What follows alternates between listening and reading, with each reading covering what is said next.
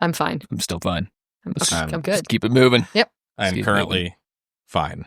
That's right. Yep. I'm fixing to get not fine if we don't get this thing going. All right. You ready? Mm-hmm. You ready? I'm ready. All right. Let's do this thing. The sun beats down, hot ground is rough. Farmer's Tan podcast got me feeling tough. Sweating through the days, ain't no broken plan. Talking with the folks from this thirsty land. Well, good evening, everybody. And welcome to the Farmer Tan podcast. Hopefully things are going well for you guys. It's been a great day. Because they're going fantastic here. We've got a banger tonight. We're glad you could be with us on the Farmer Tan podcast. We are the 5th of August. Mm-hmm. Sure. Or I think the so. 6th, maybe. We're not sure. It is the 5th. It is the 5th. It'll at least be the 6th before you hear this. It is in the evening. Been kind of nice weather. We cooled off a little bit, and that has been fantastic. We're fixing to get warmed up here as we go through the end of the week. We were discussing earlier that it was kind of yuck outside this afternoon. So I am Jake in the 308 as normal. What is not normal is we have a new special guest. All of our guests are special, but this one might be the specialist. Oh. Oh, yes. Most So- specialist. Yes, we have Kaitlyn Clark in the studio tonight. You'll get to know her as we go. What is fascinating is she is my wife's second cousin. She is Jared's first cousin, and my wife and Jared are not related. Nope. So Jared and I are, but, just Not Aaron. but not Aaron. Right. No, we're just family of man or whatever. Buddies as close as brothers or however that goes. Mm-hmm. And then we got Jared tonight. He has moved back to the east side of the table Yeah. again for some reason. I just don't like pinning guests in between us. I feel like that's awkward for a guest. for them. For them. It's fine for us. Yeah. Yeah. It's thoughtful of you. Well, we're here to please. I know. That is why we have gotten a fair amount of comments. For some reason, people want to see a video version of the podcast, which I don't understand. I have been a podcast listener forever. Well, no, not forever, but for a long time. Close to forever. Almost forever. Yes. I don't think the internet was out when you were initially here. It was not. Yeah. Floppy disks? Oh, Yes. that's a throwback. Beta disks. Well, it was the big, were they Stone 7? and tablet. Stone and tablet, yes. And I hope you've enjoyed Jared's stay on the Birth podcast. certificate. Here is Jake. Tink, tink, tink, tink, tink. 8 pounds. Tink, tink, tink, tink. Yes, that's how it went. Swung too hard at the period and cracked it and had to start a new tablet. Were they 7.5-inch floppy? The big. Oh, the big. Weren't those the beta discs? I think so. Yeah. They were good size. Yeah, we're Yeah. holding up our hands as though you can see Yeah, us. you should be able to So, see all of us measuring these. If you're in the tractor or the combine or the swather or you're out jogging or just hold your hands up about that far. About that far. Yeah. That's how Mhm. big they were. Okay, so we played Oregon Trail Mm. on that disc on a green screen Mm-hmm. Yeah. Apple computer. Oh, yeah. Absolutely. That's how old I am. Same. Went to college, did term papers on like the 3.5-inch floppy disks that weren't floppy at all at that point. Right. That's a fair point. They are not floppy. No, The And- old ones. The original ones were, yeah. those Okay. big Yeah, like black. You'd 5-inch or yeah. whatever. And they isn't were. it interesting the save icon is still a floppy disk? I know. Right. Even though nobody They haven't been around forever. The cloud is the thing now. Yeah. Right. Yeah. jump drives or thumb drives or Mhm. whatever your terminology for that was just starting to be a thing in college, and they were like $75 and they held whatever like 2 term papers gonna worth say of 2 space. pages. Yeah. it that's did not Oh, hold yeah. much space. Yeah. I have got a card. I probably better not jinx it, but I bought one at Dollar General for like $12. We have done every episode so far of this podcast on the same one. Right so, on. so it has changed considerably. Yeah. But Yep. but anyway, yeah, got Jared. He's over here tonight, aiding bushels and beef, and yeah, we're feeling good. We're kind of in the groove of doing podcasts. You'll be excited to know that I am actually in a fantastic mood tonight. And so this might be a good podcast I like for a it. change. Yeah, absolutely. Absolutely. I guess we'll start. You want to start farm and ranch update quick? Yeah, that's fine. Caitlin, you want to go first? Sure. My strawberry patch looks great. Fantastic. Which was built by my dad. Shout out to my dad. And sponsored by Mineral Tubs from Laird Feed. Oh, there sweet. you go. Yeah. So How are the fruit trees? sometimes they take an off year, which is weird. So I don't have apples or peaches this year on either tree. Off You would year think- sounds nice. Well, and you'd think, couldn't they coordinate? It'd be really nice. Like, right. couldn't you just I'd take one or the stagger? other. Yeah. So I'm not going to have peaches or apples this year. What a couple bums. I know. And my cherry tree's too little to do anything yet. But that's so no maybe next excuse. year we'll get a bumper crop. But Threaten them with a saw. I was I gonna like say, it. there's no child labor laws for trees. Get to work, Cherry. come on. Yeah. Yeah. Right. Yeah. Who are you? Think you're too young to make cherries? Apparently. I'll cut you all into firewood. You're going to be that way. That's Right, get George Washington over here. Yeah. Yeah. Or my mom. My mom was going to cut down her cherry tree in her backyard. It was like producing and it was incredible. And she's like, I think I'm done with this. Yes, Mom, I'm telling the story. And it was all kinds of cherries. And then she was like, I think I'm going to have your dad cut that down. I don't think I want that anymore. And I was like, excuse me. Right. Like, what? Yeah. Like- Have you filled out the proper Like, paperwork? right. I should, it's in triplicate. But I said, please don't. I will take care of it. I will pick the cherries, do whatever. Well, huge crop of them this year, and it becomes a yearly joke now. And now you're like, you know what? Maybe you could you cut down part of it? yeah, or something. But so yes, now it's a yearly joke, and we made something cherry pie or something, and delivered it to our pastor. And he was like, "I'm really glad your daughter let you not cut that down." Right. Right. So Yeah. Yeah. So fruit trees are slacking this year. Any mater plants over there? Mom and Dad took care of that this year.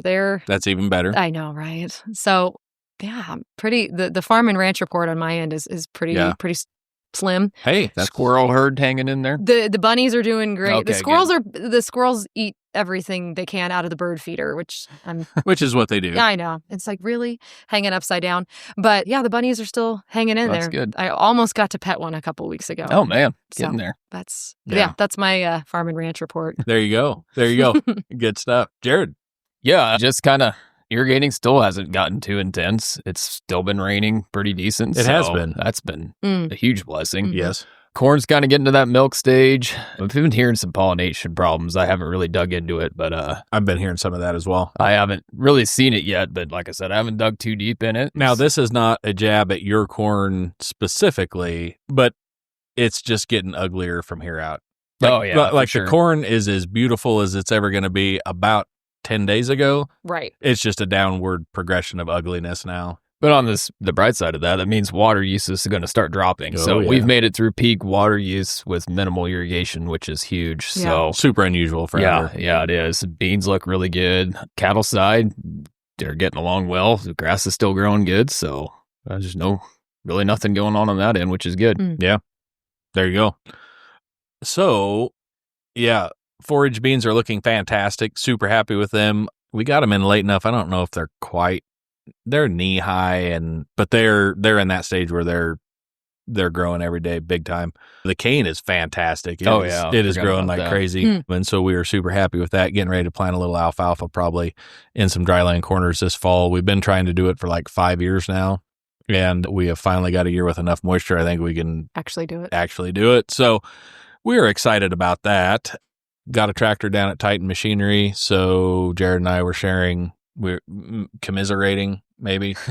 I was, Yeah. I was not far off the number I shot you the other night That's not good. at the end of Bible study for how much they said it was going to be to get it back. Not their fault, just Yeah. Yeah. it costs a fortune to maintain anything right now. And so anyway, got it getting worked over good, so it's ready to go. Got the truck done that we've been putting the wet kit on. Is it back? It is in Sioux Center, Iowa. No, it's still there. Ready to come back. Oh, okay. They let me know yesterday that it was done. Sweet. So I think we're actually going out tomorrow. All Pick right. that up. Road trip.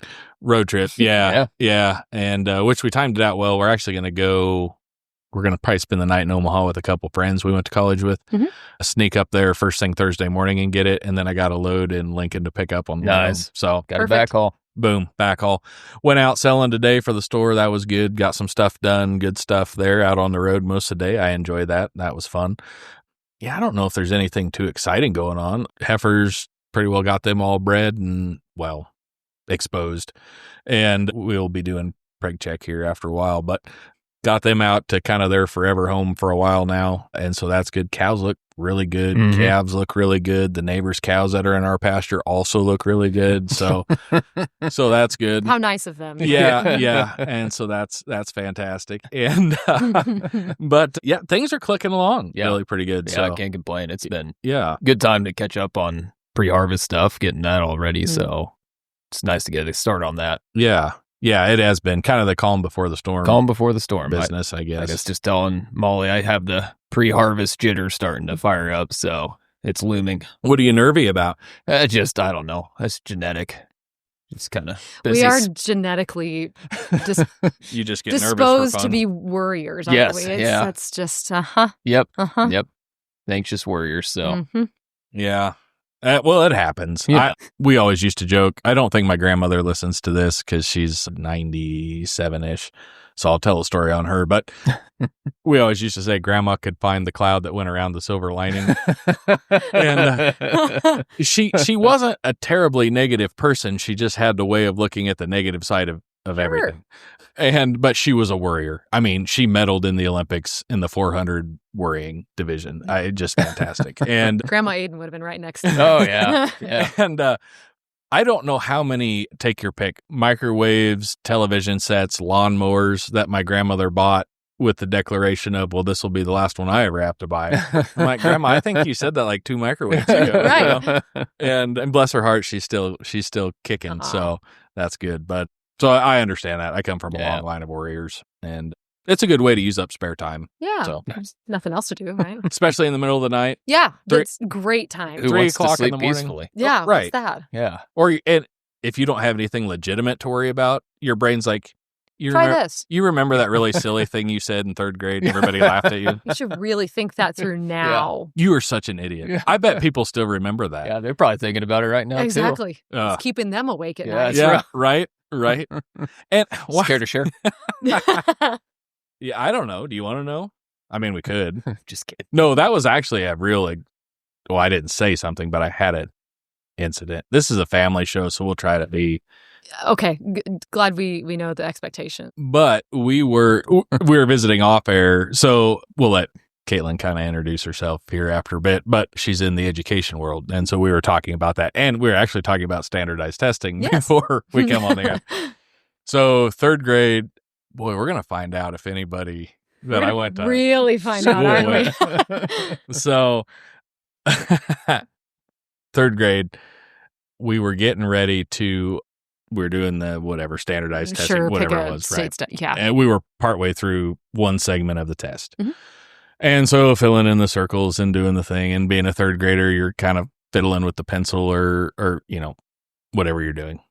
Well, pencil kind of gets away from my grip, lands on the desk, rolls off on the floor. Mhm. Well, you can't test with no pencil. Right. Right. Got to have that number 2. Gotta pencil.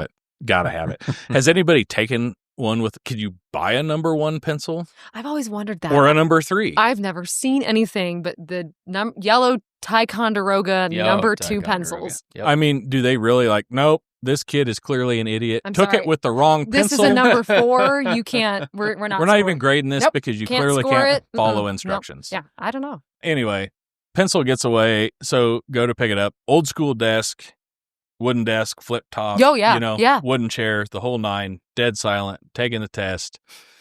Had one of those bodily functions that happens sometimes, and I mean dead silent, Mhm. and I'm like, no. I mean, you cannot.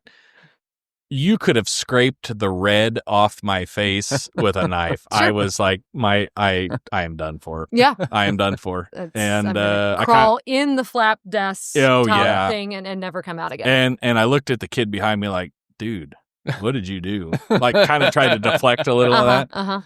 I don't think anybody even said anything, but I still think about that once in a while. Like, my word, That keeps you up at night, doesn't golly. it? Uh-huh. So anyway, anybody else care to share embarrassing? Nope, moment? that's good. I think, No, yeah, nothing. I Yeah, think we're good. That's Yeah. pretty well good. covered it. Uh-huh. Well, that'll do it for today, Farmer Chan Podcast. We will You have check any you more? guys.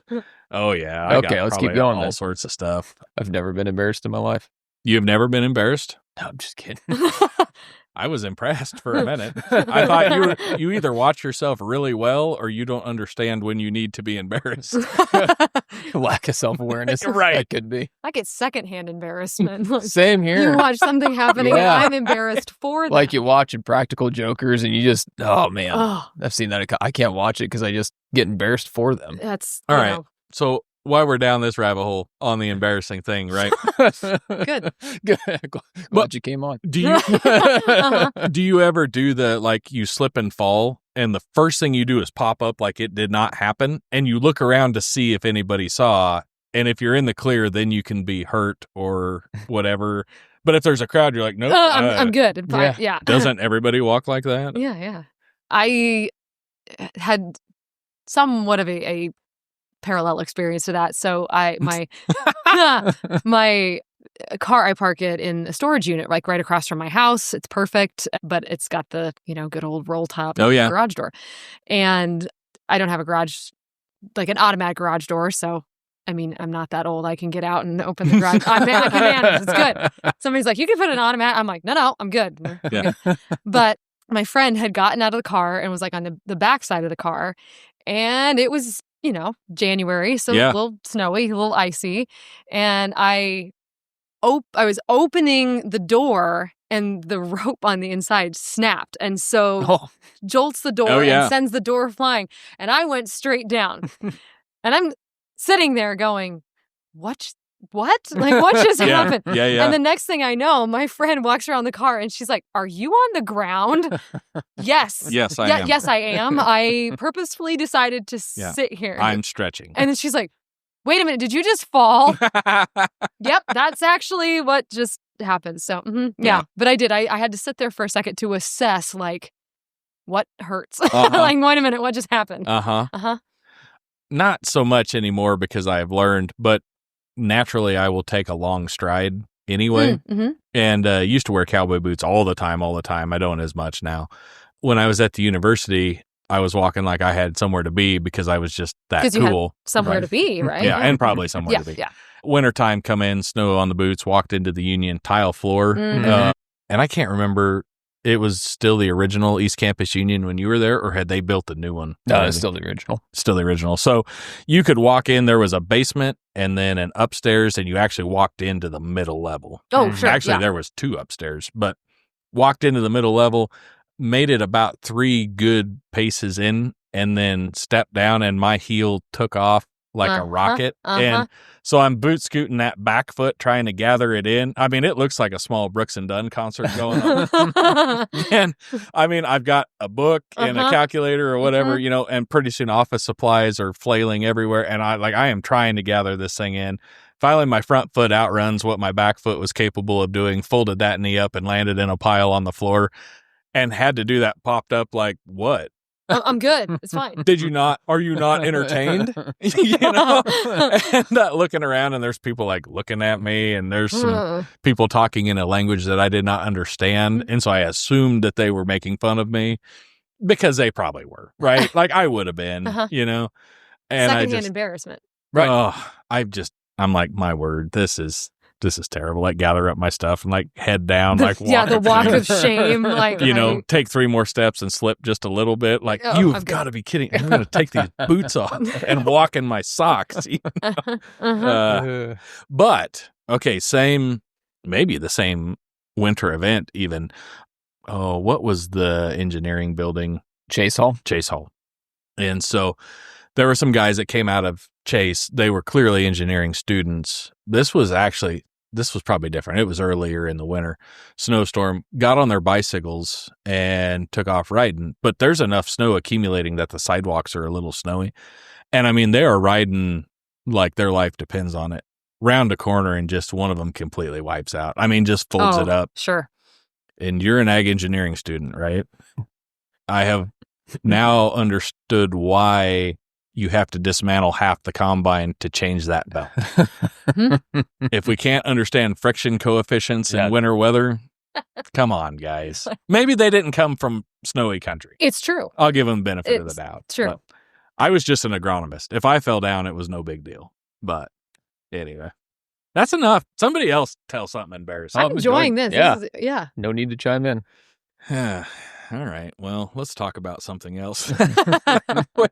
All right. So Yes. we're going to give you an opportunity to introduce yourself a little bit. You are a teacher here at Gothenburg Public Schools. So what classes do you teach? What are you in charge of? I do teach here at Gothenburg alum, so it's kind of cool to get to come back home and teach in the school that raised me. It was always kind of a dream or a goal of mine to get back. Just didn't think it would be as soon as it was in my career, so grateful for that.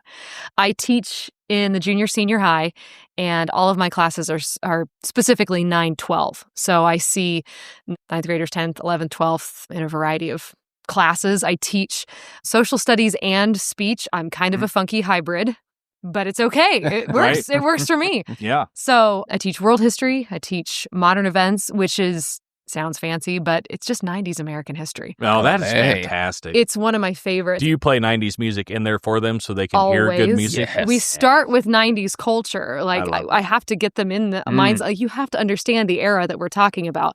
And the reason we did that is when we did some restructuring of our curriculum, we realized, that just sounds really fancy, doesn't it? But like, when we restructured our curriculum, we realized that we were getting... That the 70s weren't modern anymore. Exactly. Well, and some of it's, when curriculum updates happen and you get the new texts and stuff like that. But yeah, it's like, wait a minute, we're really getting the kids to like the 70s and 80s, but there's actually more history. Like, I don't like talking about the fact that the 90s were 30 years ago, but they were. Yeah. It's not okay, is it? No. Like, it's not. Are you sure? They weren't.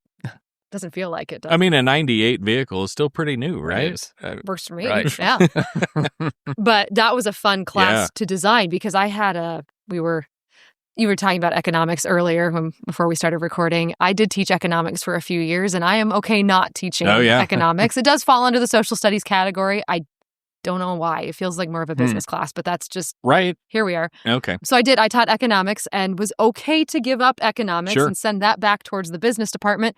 And then they're like, well, do you want to create a class? And I said, yep, we need to teach the 90s, and I want to do that whole semester class on just the 90s. So now, can anybody take this class? Or do you... Would you guys like to audit my class in the spring? kind of would. Yeah, you're more than welcome to come on That in. sounds awesome. Second, third, or fourth period. Yeah, that sounds fantastic. It is. It's so fun it was fascinating for me to go back then as a teacher to look at things that I lived through or things that I barely remember versus really remember, and then to put that in context for kids that had no idea. Yeah. So I bring up things and they're like looking at me like a dial tone. Yeah. So do you put on film of how dominating the Huskers were running the option with Tommy Frazier? We do talk about the dominance of Nebraska football. Yeah. Because we start with culture and we do music and movies and sports. Awesome. And I mean, so of course the Chicago Bulls come up. And ladies and right. gentlemen, let me introduce you to some really awesome basketball players. Yeah. Scottie Pippen, we do the whole thing. So that way they understand the context of Dale Earnhardt. Yeah. The late 90s Atlanta Braves. Yeah, we do.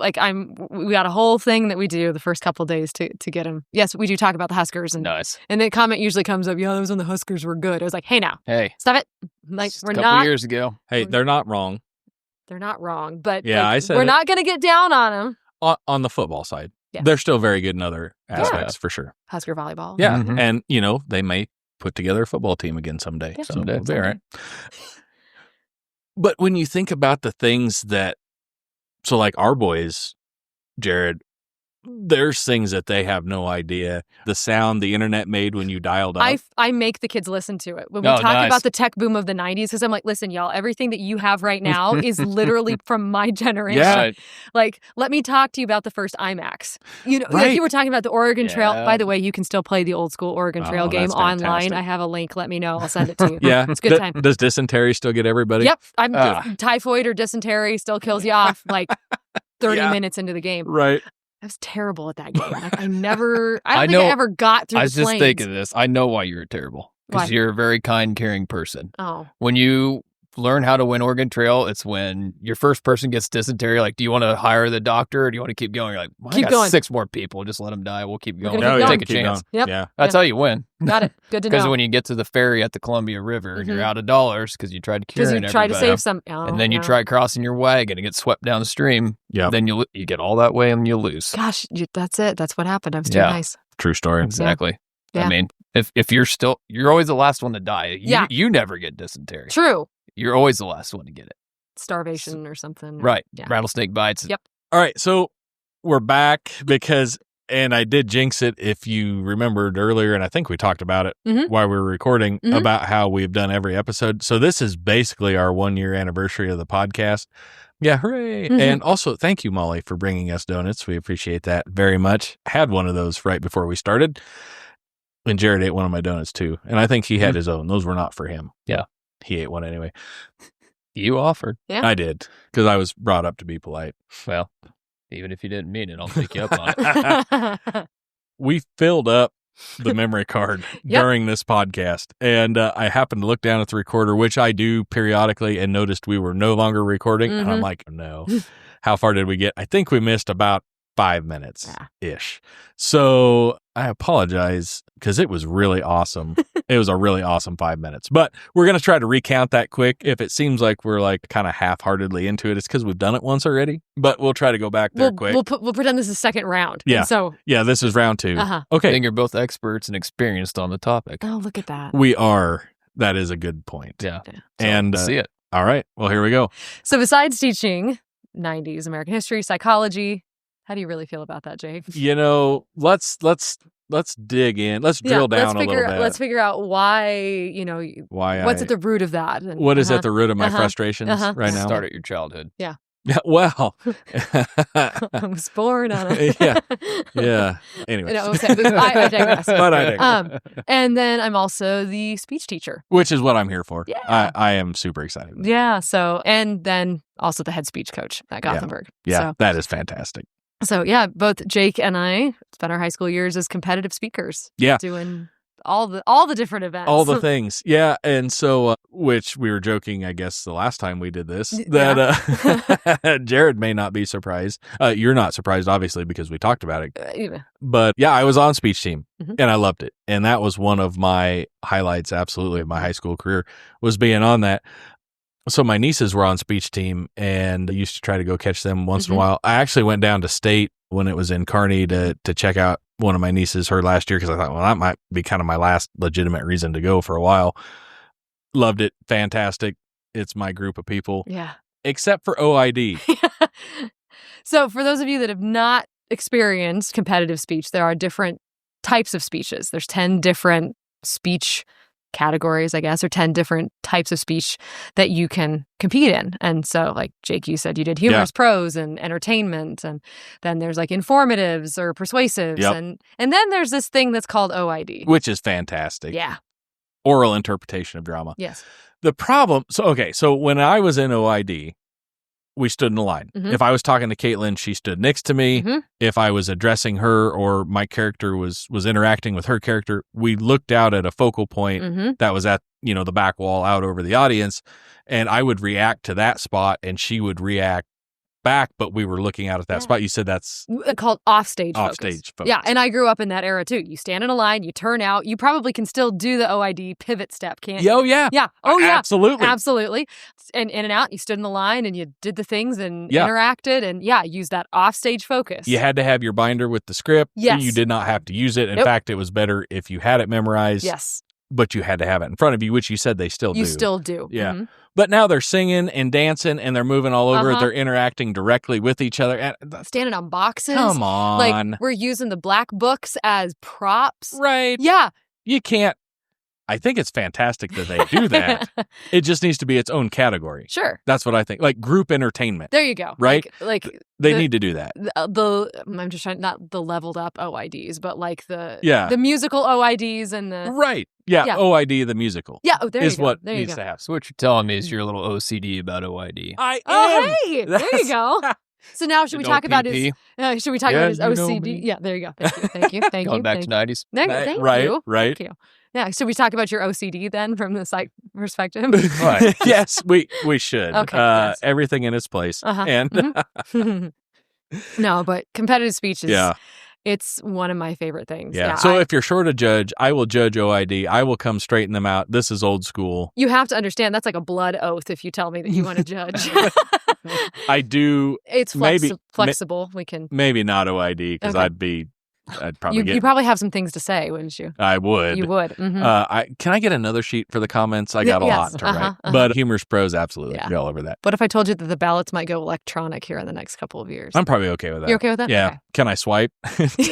Yes, no. Yeah, I don't need, I'm not looking to T9 that thing. Yeah. Speaking of the 90s. Speaking of the 90s. And so now I'm super paranoid, so I keep looking down to make it's sure okay. is time still, it's still going. We're good. Okay. So Speech Meet, if you haven't been though, it is fantastic. If you have an opportunity, your local high school, they have a parents' night probably for sure. Most larger schools might host their own meets even. So if you get a chance, go. It's really awesome. It's Yeah. fantastic. Yeah. And so Thanks for the speech plug. Oh, I enjoyed it very much. Also, because I nerded out on that kind of thing, and it's fine. I'd be over in the corner talking to the wall, you know, because that's what I did. It's what you do. Like, if you know, you know.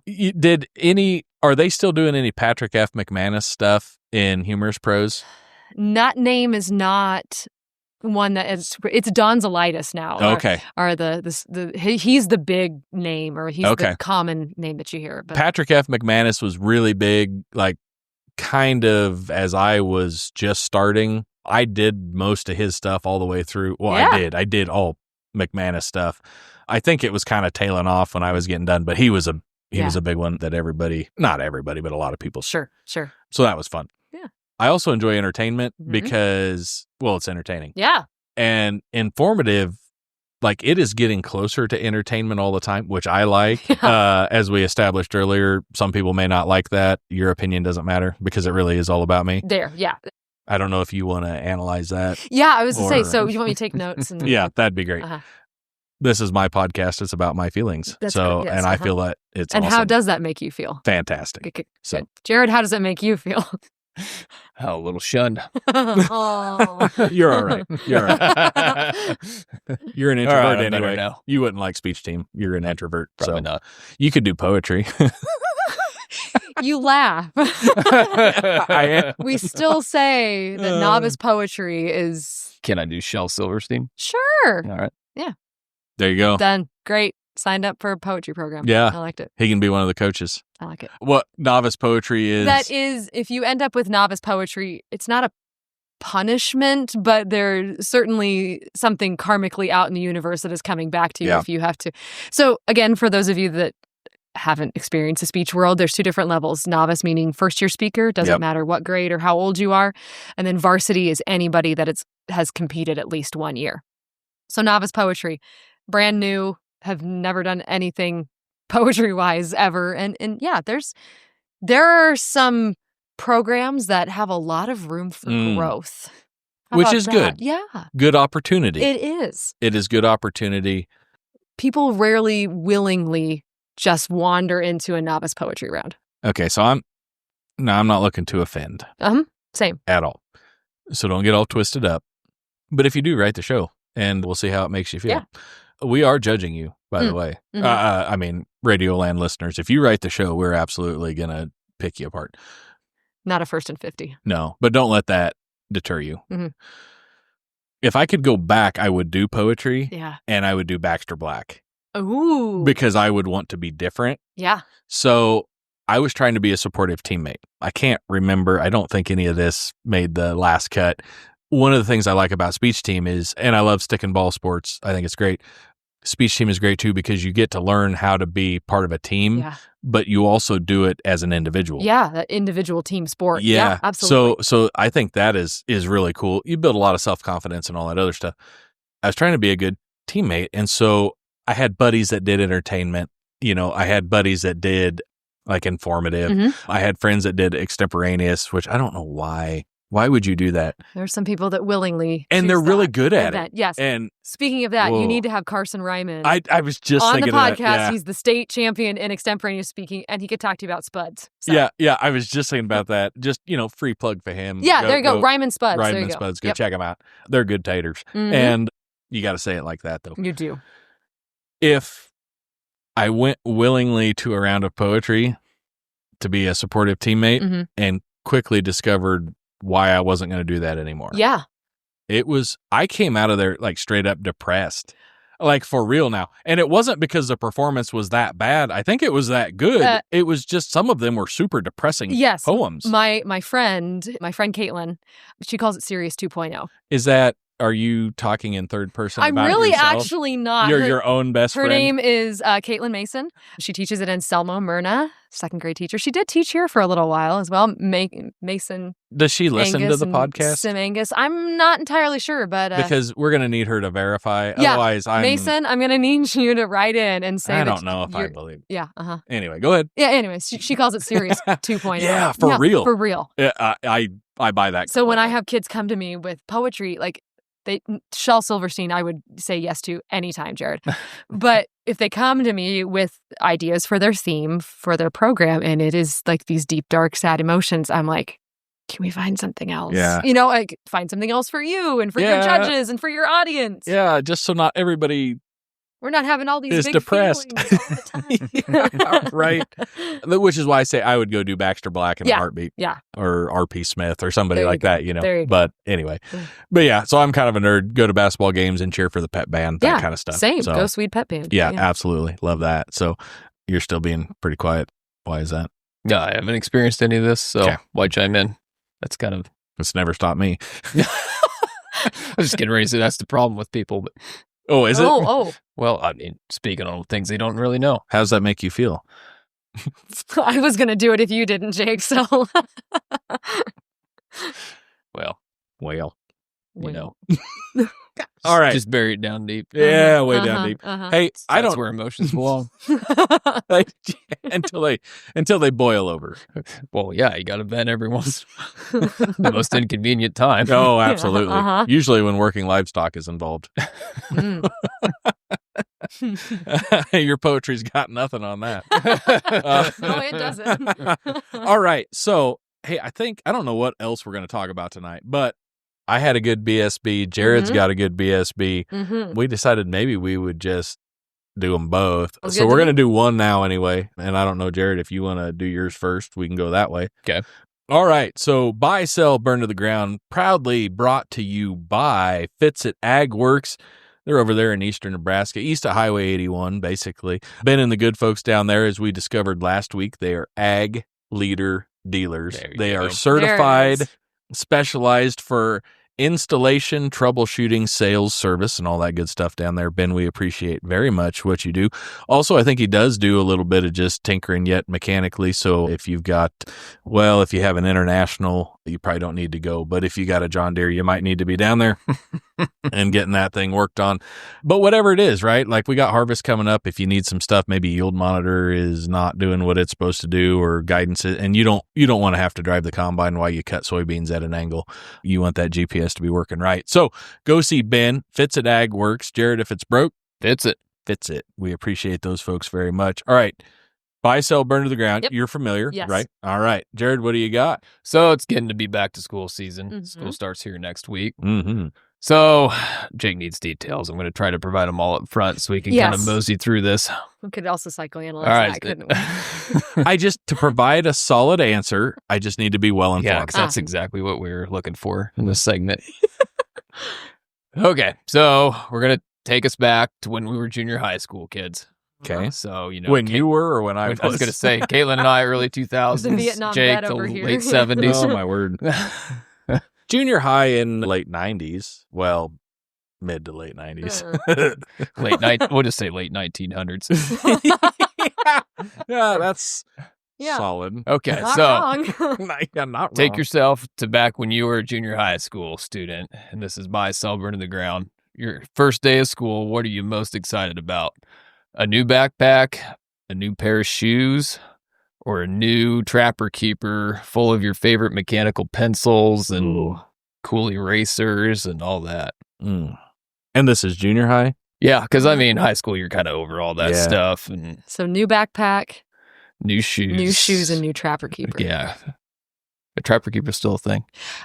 there is a kid that I know religiously still uses one, carries one, has one at school. I don't see him often, but I'm like, yes, you are my man. Shout out to Mason. Like, he's still got his trapper keeper. Is that even what they're still called anymore? Yeah.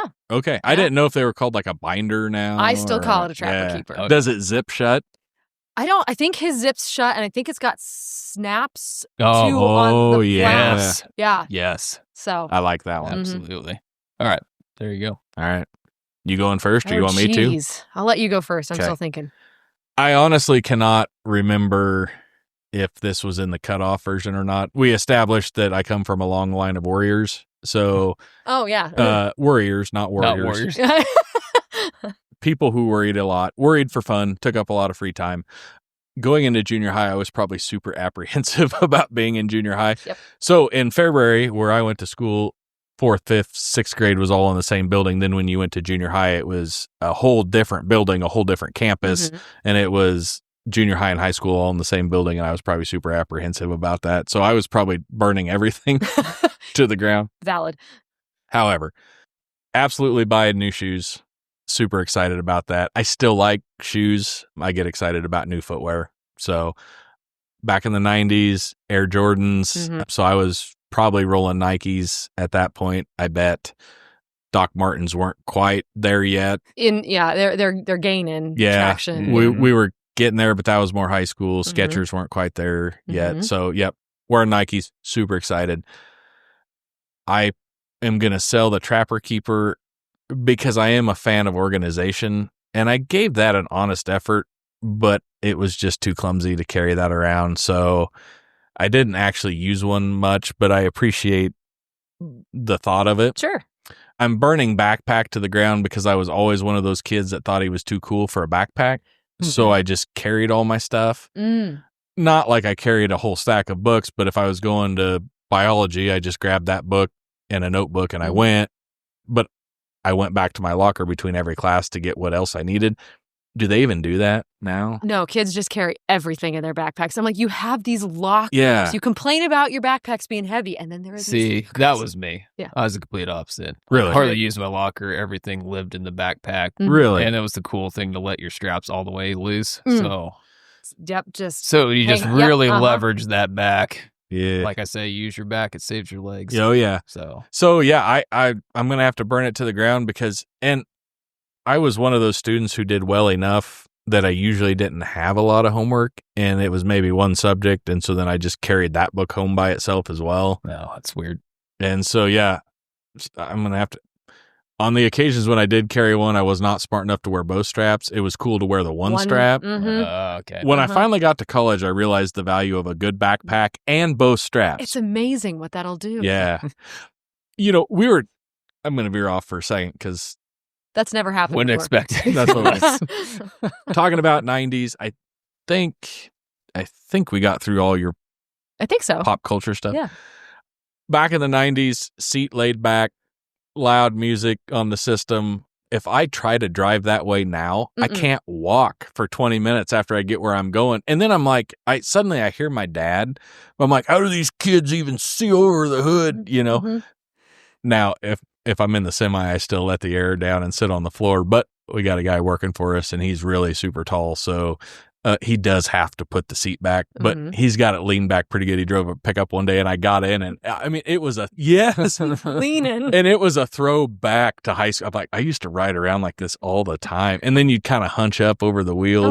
Anyway. You're talking about it being too loud. I have reached the point in my life where I have to turn the radio down to see better. See better. Oh, yeah. Absolutely. Yeah. Yep. Absolutely. Not even ashamed to say No, I wouldn't be either. All right. That's mine. Yeah. So Okay. whoever else wants. Go ahead. that. Okay. I would buy the new backpack, junior high me. Really? I think I'd like that new. Certain brand. Well, they Just were all certain Jan style. Sports back in the day, Yeah, weren't that's they? right. So The sports were kind of getting into it, like the Adidas Yeah. and Nikes I think were. I'm starting to see Under some. But Armours. yeah, I like to have all of my items in one place. And apprehensive, worrying little junior high me would totally have wanted like my things in the backpack. So buy the backpack. I'm going to sell the Trapper Keeper. Again, great organizational tool. It just doesn't fit in the backpack. Yeah, I know. It's great, but it just I liked the organizational piece of it, but trying Absolutely. to wedge that into the backpack wasn't working. It can be done. It's like an overgrown pencil case, though. And I didn't remember, this includes the cool mechanical That's what he said. pencils. Not the number 2 Ticonderogas. No. I can think of the style right now. I mean, I probably can't explain it. Clicky. Oh, yeah. Like the side click that Yep. had a certain grip. Yeah. Came in several Oh. colors and the twist out eraser. I know what you're talking You're about. going Exactly. side. You're going side clip. Uh-huh. Like the ones that halfway through the school year, that clip got wore out, so Yeah. your top always came off. Yeah, Oh, 100%. Yeah, you Yeah. snap it off. Uh-huh. Do you guys remember the yellow mechanical pencil that was colored like a yellow number 2 that had the twist? Yes. You couldn't How refill old are those, you? though. No. Well, Vietnam. I've been around a spell. I liked them, Uh-huh. but you couldn't refill them. I know. So Yeah. we were cheap. We had the 0.7 lead, Mm. the clear plastic body. You Yep, could just see the those black inside. You good click old them on Bic the top. pens. Yeah, Yep, the mhm, Bics. Yeah. mhm. It's- Actually, we still have them here at the Bics store. are still the best. That's the Yeah. ones Yeah. I buy. But mechanical pencil, that's the way, because always got sharp lead. Absolutely. Mhm. So But yeah, nothing against the Trapper Keeper, but I'm going to sell that. And I know I am a shoe person, but junior high me probably would have still been wearing the jelly shoes from the 90s. Jelly shoes. yeah, And I think I have to burn those to the ground. I would. Okay, explain to me the jelly shoes. What? You don't remember? I probably do. I just don't. I'm buying Kimberly some. Um, I but- bet you didn't have any.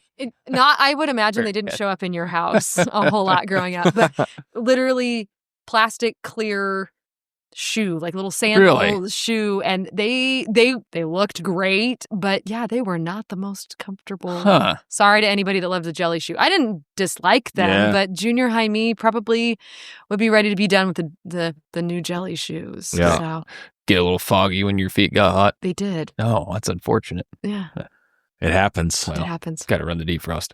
That's the price you pay for being cool. Yeah. Yeah, you would know.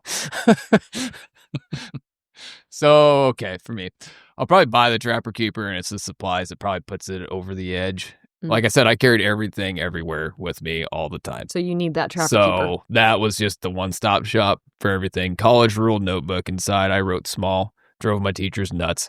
Had to have the 0.5 millimeter lead because 0.7 was too big. My Oh, A's yeah. would fill in, so we had to have fine yeah. point. Mm-hmm. Yeah, erasers. I'm trying to think what else. Calculators.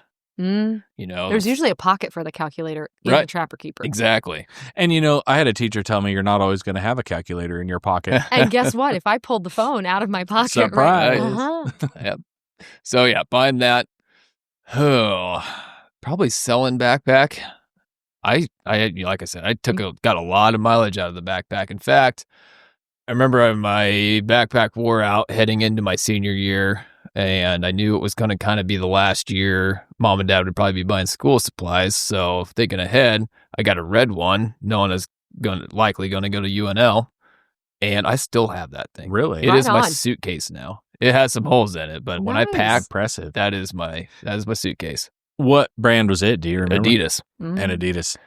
I was thinking, I think my college backpack was a Columbia, Mm. I think is what. Yeah. And I was trying to remember if that's what my high school one was too. Gosh. Had like a leather bottom on it.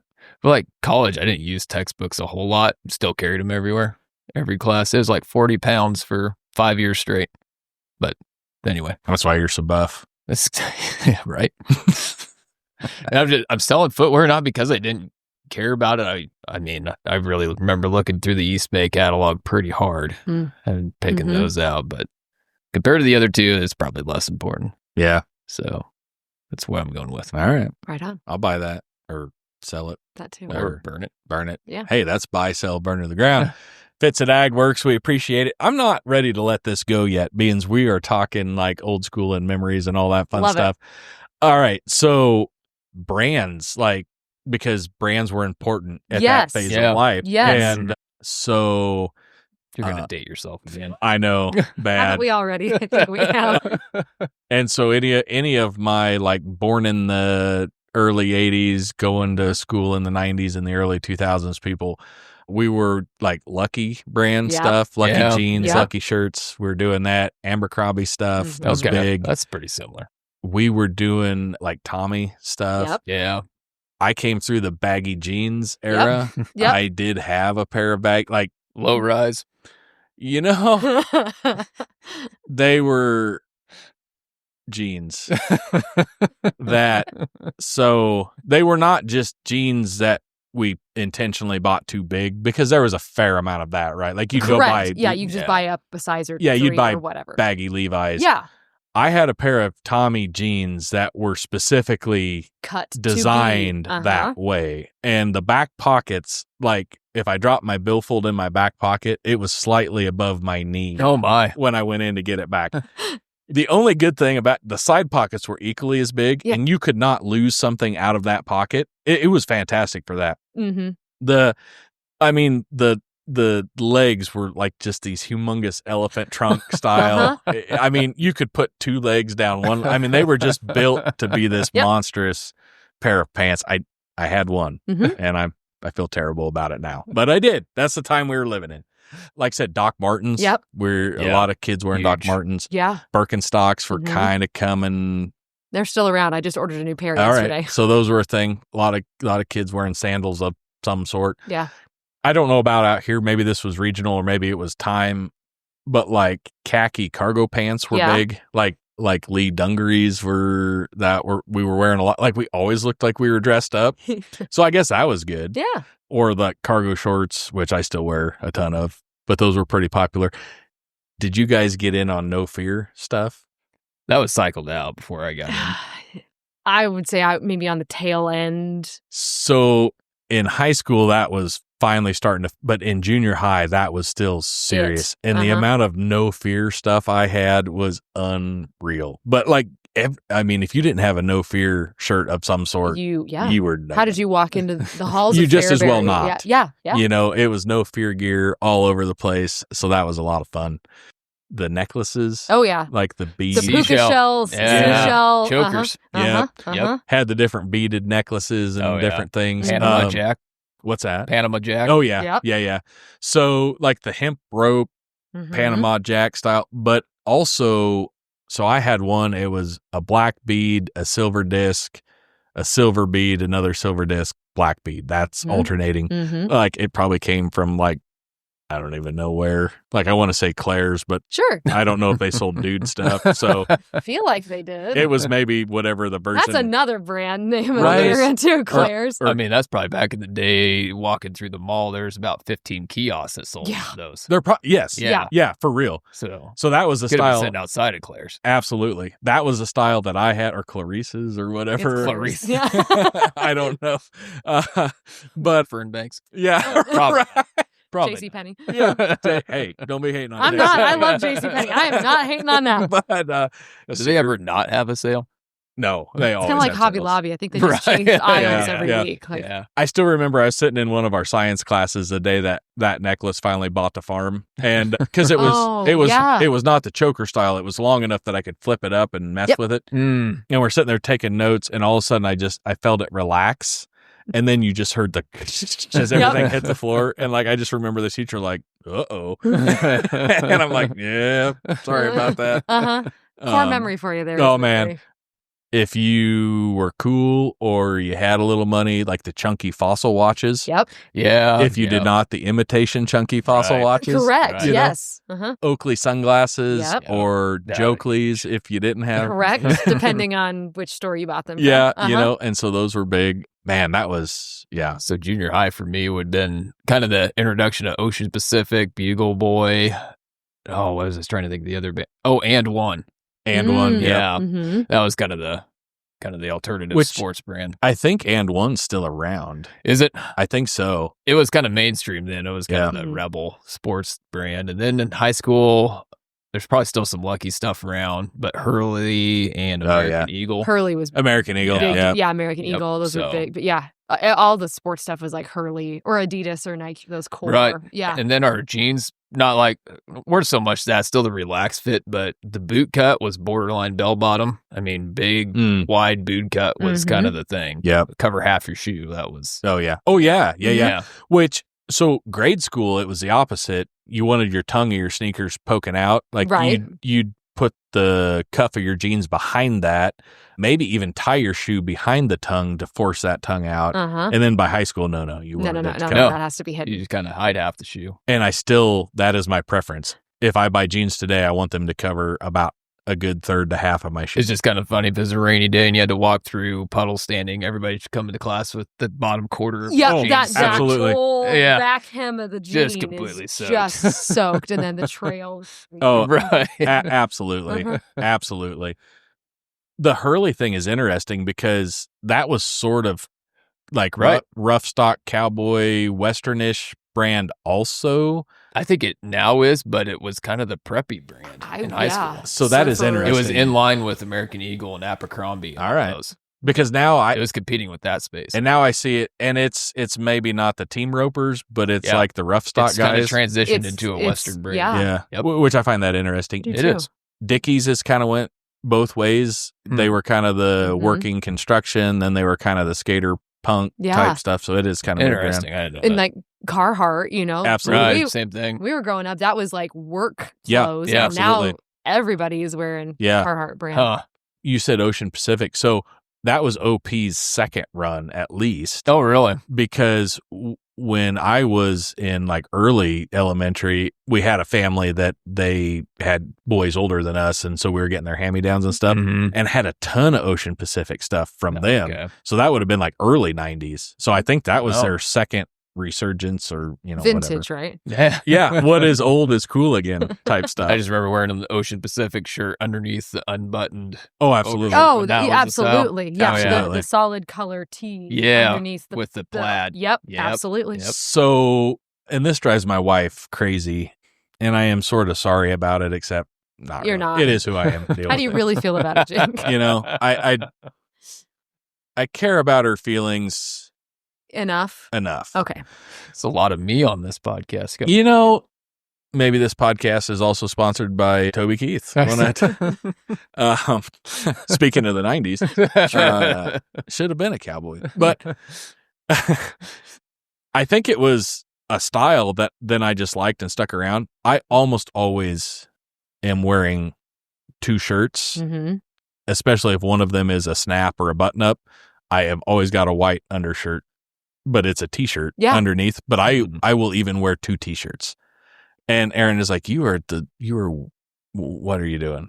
I'm like, I'm trying to not make my good shirts all grody. Hmm. She's like, I don't think that's why you're doing it. But it was that layering t-shirts. Yeah. stuff. The layering Yeah. bit of. At one time, I worked for Titan Machinery, so Case IH farm equipment, Mhm. and New Holland stuff. We wore polo shirts. That's what the sales staff wore. So I had like red and blue like t-shirts that I wore under the polo shirts, because then you could leave it unbuttoned and have it layered and it looked good, and But I will still do that a lot. And Aaron's like, you seriously have twice as much laundry because you wear two shirts. Why do you do that? I'm like, Makes me happy. yeah, Yeah. because I like it. That's Yeah. why. So I don't know. I don't know if that was a style that hung around or if I'm just weird like that. I think flannels are forever. In a sense. Right. Maybe that's a new tagline there. Flannels are forever. Flannels but are forever. It should be. Should be. But yeah, no, I think it's still a look, and Oh, yeah. I think I'm the most comfortable when I have a t-shirt and flannel on. And I That's don't know what if I'm it's my 90s roots or if it's just means it's fall so I can wear layers Yeah, and not melt yeah. or something. Now, like that. I will say that at some point it was t-shirt and then an unbuttoned shirt of some sort over the top.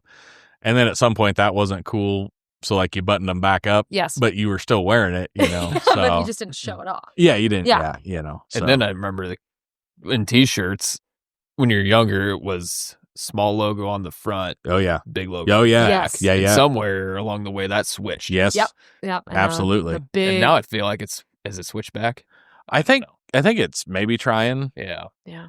Do kids even wear t-shirts? I Oh, mean that no, seriously. constantly. Like, Okay, I it's- didn't know if that was still. Well, it's usually a little on the chilly side in the school, which Yeah. is good, Yeah, and yeah. so usually there's a sweatshirt. So I don't see a lot of t-shirts, but when I Yeah. do, there's still t-shirts, but you're right. It's now big Under Armour or it's, Mm-hmm. Yeah. Nike or whatever. It's right now it's big, but it's kind of transitioning. I don't know. We were like sports teams. I mean, that was your, Mhm. Whether it was Cowboys or Chiefs or whatever your team was, Raiders, Yeah. it was a t-shirt with a big old sports logo.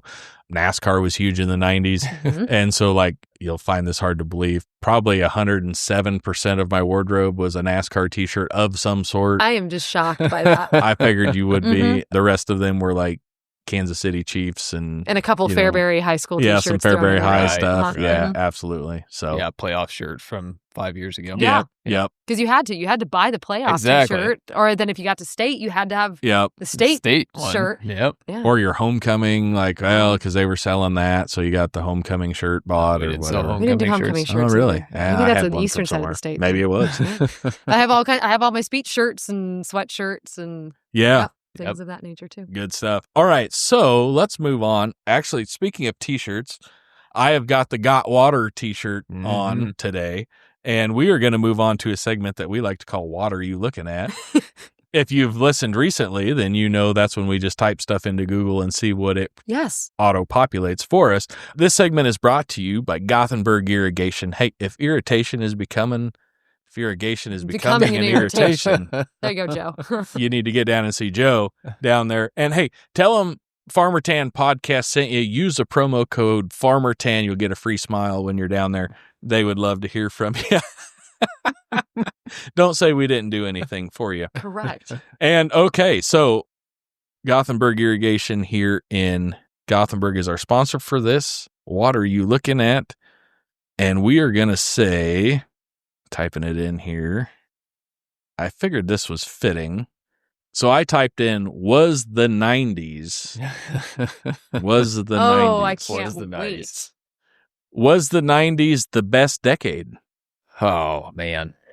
Yes, it was. I would say it's in the running, yes. Boy, I don't know. 50s has got to be in there, right? Throw the 60s in there too. I don't know. 50s kind of the post World War II, The kind of the big boom, Americana economy, boom. the cars, Yeah. the iconic. Dirty hippies Big- hadn't ruined everything. It's hippies. I mean, big American pride. that Oh, yeah. frame. No, yeah, valid. So, I mean, I'm trying to. I think we'd all agree the 90s for us, but I'm trying to provide something Generally else. No, that's a speaking. wonderfully, qualified Yeah, answer. trying Yeah. to- And I just said the 90s, so it could be the 1890s. It could be the 1890s. That's the Gilded Age. Yeah, Yeah. right. So there you go. Okay. You know, this is kind of as you expect. Most of them play off of that in some form or fashion. Was the 90s the best decade? Was the 90s better than now? Oh, Was easily. the 90s the most peaceful decade? No. No. Yeah, That's I a- think that's kind of a misnomer. That's- Yeah, you yeah. don't understand world history. right. So modern events happens on second, third, Yeah. fourth grade. We talk about the world Yeah, stuff that's yeah. going You on. need to come by third and fourth period. Yeah, if- Of communism. There was a lot of social unrest, Yeah. actually. So I'm going to So- answer a hard no. On Yeah, that. hard no. Mhm. Was the 90s the best decade for music? We've clearly answered that. Yes, it was. That That's- would be hard to beat. It would be hard to And beat. Across all genres. Yes, really. that's what I was just There's going to Yes. say. no genre that had a bad stretch in the 90s. No. Everybody had their hate. You mean, maybe not their peak, but they were close to it. Yeah. Oh, pop, rock, Right. the hip hop, alternative rap, hip-hop, all, yeah. everything. country. Right. I think all 90s of it. country that's my favorite decade. Yeah, I would. It's all fantastic. Yeah. If you like yacht rock, I do. So don't be too I don't even know judgmental. what that is. then good for you. Okay. We'll- The face he's giving me is pretty. We're gonna good cut right that now. short. Uh-huh. Maybe 90s yacht rock was good. I don't even. Your radio didn't tune to that station. You know, it did not. Yeah. So The only time I listened to that was in the dentist office, I Oh. think, Mhm. is probably where I heard that. And then, but this is my favorite. Was the 90s the peak of humanity? Peak. Yeah, again, no. what 90s are we talking here? Well- 1990. I know we are assuming it's the Yeah. 1990s, Yeah. 1890s, 1790s. I'm going to hard pass the 1790s. 1690s. Not any you know, better. Anything no. before? No. What about just the 90s? Yeah, just the So I was 90 like, AD. like 090. Are Yeah. we talking like BCE, CE? Where are we at? I am going to click on that one just because I am super curious Please do. of what that goes. And Peak so- of human. No. No. here we go. No. This is the AI overview. So take that For for what- what it is yes. worth. If you are a frequent listener to the Farmer Tan podcast, you will know we're all about agriculture, Yes. obviously. Yeah. One sector of that being animal agriculture. We were talking about AI before the rest of y'all were. That's Uh-huh. exactly right. And it is hard for me still to talk about that with a straight Wh- face. Yeah, correct. If you don't know what that is, ask your folks. They'd be glad to explain it to you. Yes. The question of whether the 1990s were the peak of humanity is subjective, Mm. well, but many feel it was a particularly good time due to a combination of factors. The 90s saw economic prosperity, particularly in Okay. the U.S., along with declining crime rates. That's AI is debatable. going to need to do some more research. There was also a sense of optimism surrounding the early internet and a flourishing of popular culture in music, television, and film. That is true. Okay. That is true. So there are aspects of the 90s that maybe were peak in some sense, but was it the peak of humanity? I just think it was for us because we were old enough to remember and experience the good things of the 90s, but not cognizant of society as a whole to really understand the negatives. So I totally agree with that. Ignorance is bliss. It is. That's kind of what we were. Also, we were blissful. Ignorant. Yes. What I find interesting on the especially TV and film part, we had progressed far enough in technology that filmmaking was really good. True. 90s movies are still like the nostalgic 90s. That is when I need just a good movie to watch. We watch the 90s. And there was good writing. Yes. There was original plot lines. They're remaking a lot of the 90s. Yes. Right now. It's not far away, but they're So to all of you that think Happy Gilmore 2, like we had the original, all right? Exactly. We had the first Top Gun, which that's actually in the 80s. Well, actually, maybe Happy Gilmore is too, actually, now that I say that. I'm not sure when that came out. So... But that's not the point. That's not the point. I say, like, we're moving on past that. It's still the peak of it, but like Steven Spielberg is, all of those great directors and producers and writers are in their element in the 90s. Absolutely. And technology. With original thoughts. Yeah. Have you guys went to the movies lately? Now, I'm not discrediting all movies, but some of them are just like... We've done this storyline before. Yes, they are just reheated versions of a very similar movie. Franchising's kind of become Yeah. That is a hill I die on sometimes in the arts world that I live in, is like we've already done so many of these stories. Are we actually creating new stories? That's probably a whole different podcast. But we're franchising, we're reheating storylines that we've already done or seen, or rebooting, or you know what? How many Jurassic Park movies are we up to? I see there's a new Superman coming out. Like, how many times has Superman been done? And I hate to break it to you, but like, whatever you think, Bruce Willis and Tom Hanks did it better already. Ooh, all right? True. So that's Jim Carrey. Get over it. All right. We've been there, done that. If you want good acting, you look at the 90s. Got the t-shirt. All right.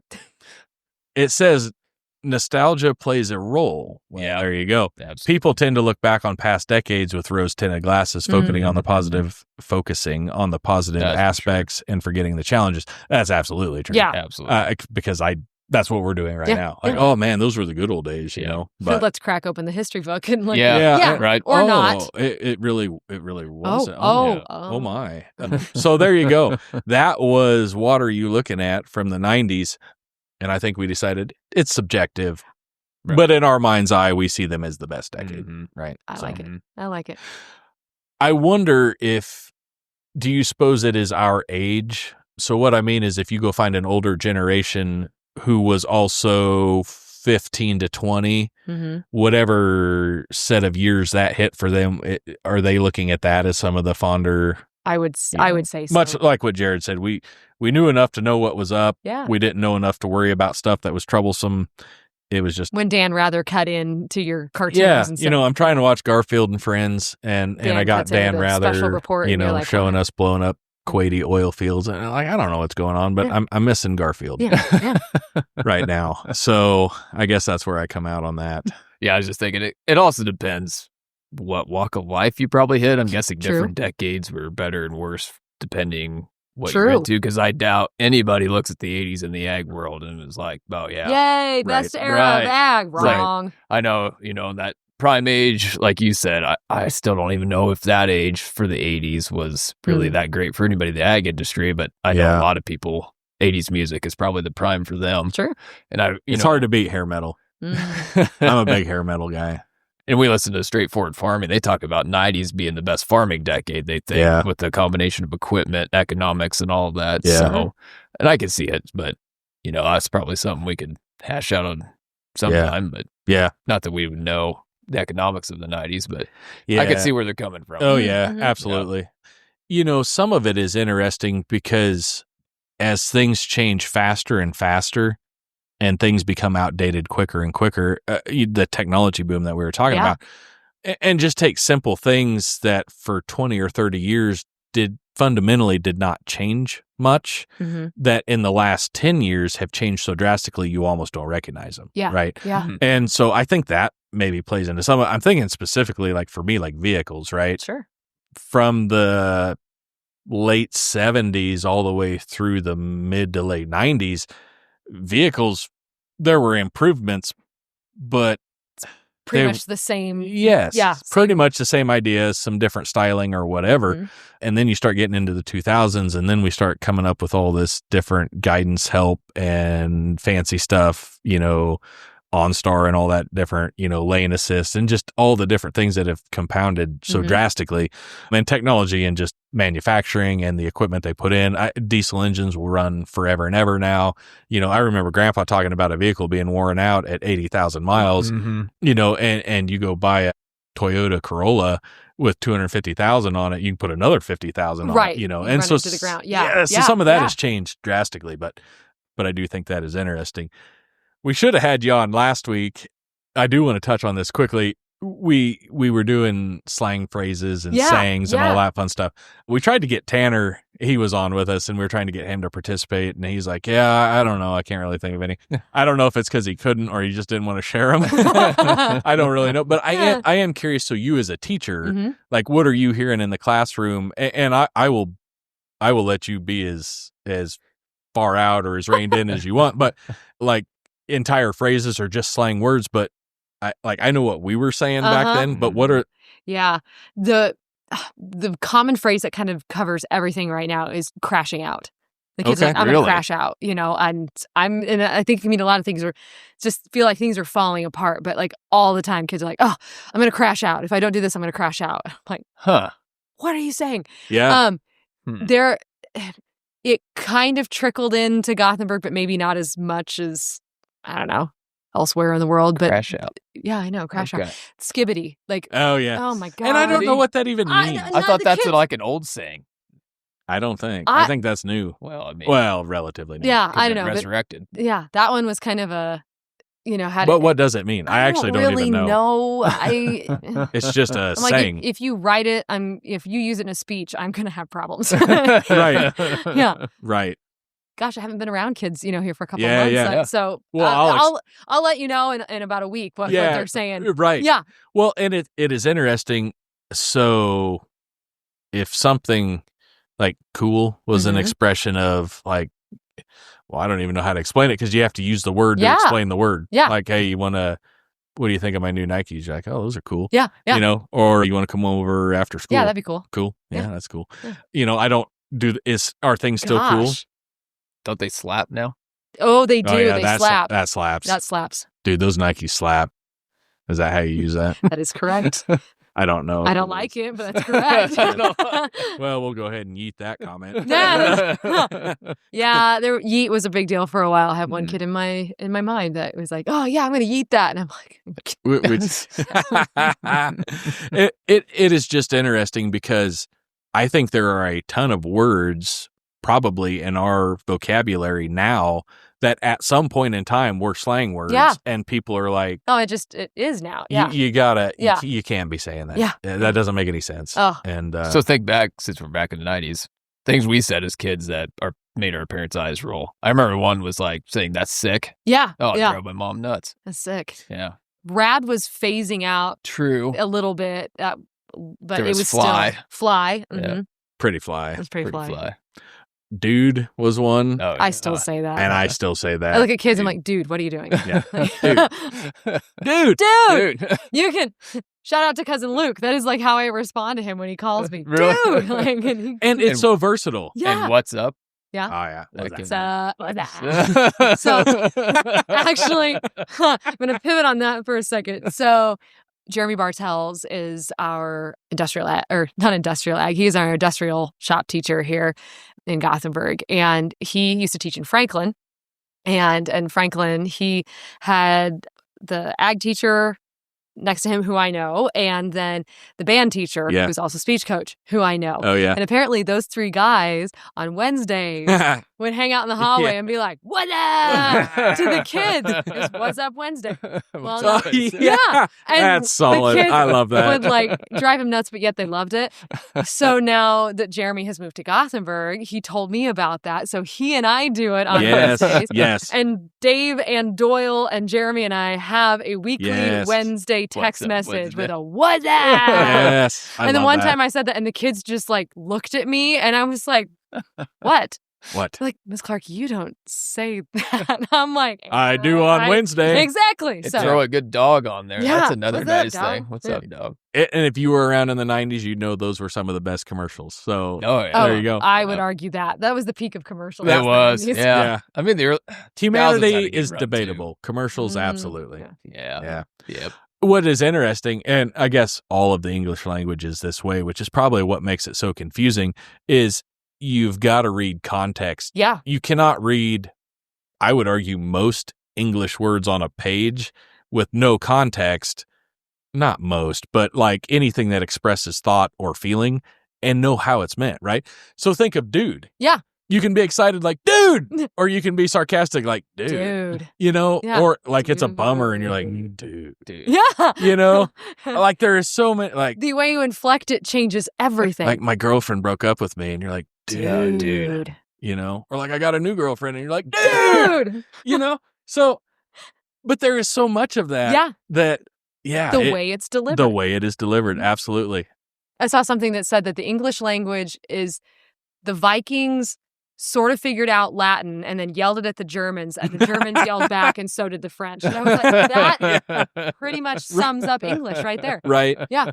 You were talking. Right. That is fantastic. Isn't that great? I don't take any credit for that. I read it and I was like, yes. Let's all take a minute to just appreciate how fantastic that really is. Dude. Dude. Dude. Come on, dude. One that my mom was just, she finally got to the point, just stop saying that. Uh-huh. Like, G, what's up, G? Oh, yeah. What's up, G? Yeah. And she's like, seriously, we're on a farm in the middle of Nebraska. You just, would you quit? Yeah. Like, dude, quit. So, another thing that came into the 90s is saying like every other word. So, yeah. And I apologize. Not proud of that one. Because I do it. I do too. I try to break kids of it, and it's really fun. It's hard. Yeah. Because for me, again, with the speech communication piece of it too, I said, yeah, I'm guilty of it, but not every other word. Yeah. And so if they're talking to me, I just start holding up fingers. I'm counting the number of until they figure it out. They're like, what are you doing? Yep. Just keep talking, and I keep counting. Yeah. They're like, what are you doing? And then somebody else is like, you're saying like too many times. So they figure it out. And I get them to start to think about it. I actually had, shout out to Helene Kaiser, gave me a clicker. Oh, yeah. Because she would say it so many times. So I do have a clicker on my desk. So it's hard, though, because I almost said my mom was like, stop saying that. Yeah. But I don't know what else to put in there. I know. It just replaced the ums and the uhs. I think, So it like, what do you do with that? Like, I don't know. You just use it wherever you... And when you weren't aware of it, didn't matter. No. When you became aware of it, super annoying. Super. Yeah. Like, what's up, dude? I was trying to think of just some of the other slang that we used back then. We kind of covered all that last week. Yeah. But luckily, my boys aren't super into that yet. Yeah. It is probably an age thing more than anything. You've probably had to have the talk with your boys like I have, but mom is not bro. Oh, I got broed twice in one school day. And I felt bad for the second kid because the first time it was, I don't know if they meant it or not, but yeah, they was just they're like, bro. And I was like, I'm not a bro. Yeah. The second time was a kid that's like, bro, what are we doing today? And I was like, excuse me. Yeah. Dude. Yeah, dude. Excuse me, dude. I am not a... like, you better watch your mouth. I was like, I am not a bruh. And they're like, I'm sorry, Miss Clark. And I was like, it's okay. Yeah. That's just the second time that's happened today, and I am not a bruh. Yeah. I just realized ain't. That came up. Ain't. Yeah. Mm-hmm. Ain't a word. Yeah, I remember that. And you ain't going to say it because it ain't in the dictionary. Mm-hmm. But yeah. Now it is. Mom is not bro, right? Molly is not. No. And I'm kind of like, dad probably isn't either, but for sure not mom. Yeah. Yeah. Now we're Like. going to start. I was like, Dude. I bought a shirt for Aaron for Mother's Day that says bruh real big on it, and then underneath it says formerly known as mom. Yep, Yeah. yep. Tanner never really did that too much. Owen Owen? is seriously bruh, mom. And I'm like, come on. And I said, come on, man. We can't be. Yeah. You can't be doing that. At least back in the day, we went with the full like hard RO, bro. Yeah. Yeah. It was very exaggerated. Now Bro. they're now it's they're bruh. B-R-U-H. yeah, Right, Bruh. right. which is longer to spell, but I guess shorter to say. Bruh. Yeah. It was just, So, bro, what are we doing? I was like, listen. that is enough. Dude. No, good times. Good times. All right. So, hey, you remember Ben? Yeah. Down in eastern Nebraska, I Fits do. at Ag Works. He's Yeah. gonna sponsor too. He's Same a leader in ag dealers, right? He is a leader in ag dealers, Or an ag leader dealer. or an ag leader dealer, or a ag leader dealer. We'll go with that. Yeah. Leader dealer in ag. Leader dealer in ag, dealer ag leader. We're not going to charge you for this one, Ben. This is a 2-for-1 episode. We felt so bad we messed it all up last week, so we're giving you 2-for-1 here today. Fits at Ag Works. You probably are breaking this episode up into a couple episodes, listenings, a couple sittings, a few different servings, however They you want to look at stopped it. what they were doing and just tuned in. You think they did? I Oh. think they can't hardly take their focus off of it. Dude. Dude. They're sitting in the parking lot right now just finishing listening to this because they're not ready to walk into wherever they just got to. Yeah. I mean, it's probably been long enough the CD skipped over on this episode. I bet right? the CD, well, the Thumb drive ran out. yeah, we had that issue once here tonight. Track So, 13 finished up and you had a little squeaking and track 1's coming again. I had a CD That's that a throwback. had a scratch in it, Oh. and there was a certain song that skipped at a certain point, but it was one I listened to a lot. To this day, when I listen to the song on the radio or on You're another, waiting for the skip? Yep. I know where the skip is, Yeah. and I could right where that skip was at. Anyway, Fits at Ag Works. Hey, you're getting a 2-for-1. We're going to go with another BSB here today. All right. So, BSB this time around. Your 3 choices are referring to yourself in third person, ending every sentence with a preposition, Don't even. Go ahead. or only writing in whichever your least favorite, whether it is print or whether it is cursive, whichever you hate the most, have to write in that. That is your 3 choices. I'm going to need you to write those out so I can. Yeah. Yeah. So Jared was, here we go. Jared was looking maybe like he was concerned about ending sentences and prepositions. They're I'm not even that aware of it. placement words: aboard, about, above, across, And that's after. wrong. Right. So Those are prepositions. where are What's you that all about? where are you going to? Yeah. Or That's wrong. That's wrong. what are you talking about? Grammatically, it's incorrect. What are you talking about? If we're Nebraskans, there's nothing wrong with it. This is the book I was looking for. Uh-huh. Type stuff. That type of stuff. Okay. Where are you from? That's wrong. I think so. Isn't Okay. it? Guess you know which one I'm burning to the ground. All right. So ending every sentence with a preposition, Okay. only referring to yourself in third person, or writing in whichever your preferred, most unpreferred method of writing is. So whether that is cursive or printing or Gotcha. whatever. Oh, I Um, got it. So, all right. That's pretty. I'm going to buy whichever writing. I don't care if I write in cursive or manuscript. I mean, Really? No, not at all. T9. It takes it takes a lot longer to write for me to write in cursive. Same. I mean, if you force me, I will, and I don't care. I still write checks, the dollar amount in cursive. Oh, yeah. I thought that was a law for the longest time. Turns out Gosh. you don't have to. Really? Yeah, I know. There Big you deal. go. Wow. Oh. Now you know. Now you know. Dude. So buy that one. Dude, way. There's another one. To play. Dude, come on. Say word. This is Jake freestyling now. Okay. I forgot the second option. Burning the preposition to the ground. 'Cause But yeah, that's a dumb rule. I mean, what's that, a boot if you're from Canada? A boot. A boot. Or Kansas, where the smoke came from Yeah, right. last week. North know- Kansas. That got a fair amount of comments. Uh-huh. I was going to say, I used yeah. to teach geography, so we could do a That was a Uh-huh. hoot. North That Kansas. Was it mostly positive or? It was mostly like, can you actually not tell the difference between Kansas and Canada? Which, sidetrack.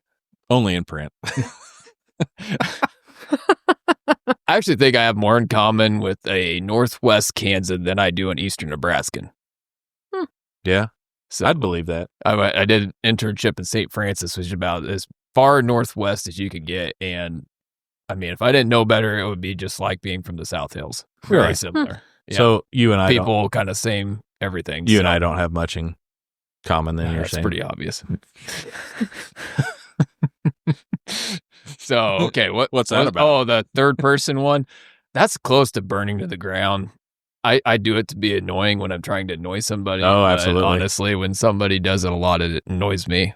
So it's kind of one of those, you take the weapon that annoys you Yeah. and weaponize it. Mm-hmm. I almost... Jared is not a fan. I was hoping you were going to do that. I honorable mention this one Okay.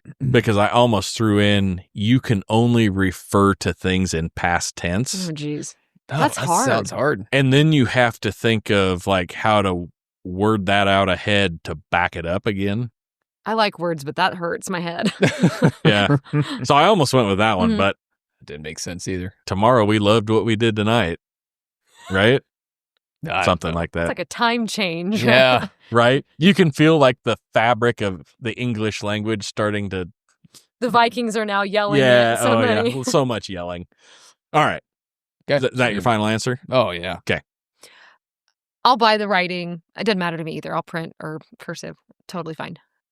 I'll sell the prepositions just because when you're writing, it's one thing. Conversationally, it's another thing. Right. It's not that annoying to me. It's just grammar rules. So, a quick clarifying question on that, not to be facetious, just because I'm actually curious. Jared does not appreciate my curiosity questions usually.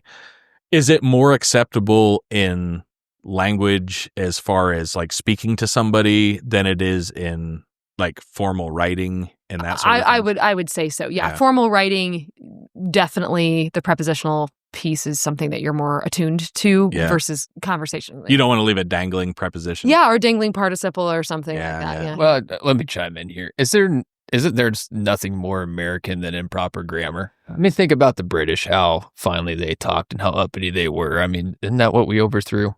I think you're right. So Valid. to me, not using good grammar is very American where I am from. Nicely done. Nicely done. That was super. Nicely done. I appreciate everything about that. Yep. Nicely done. So then I will.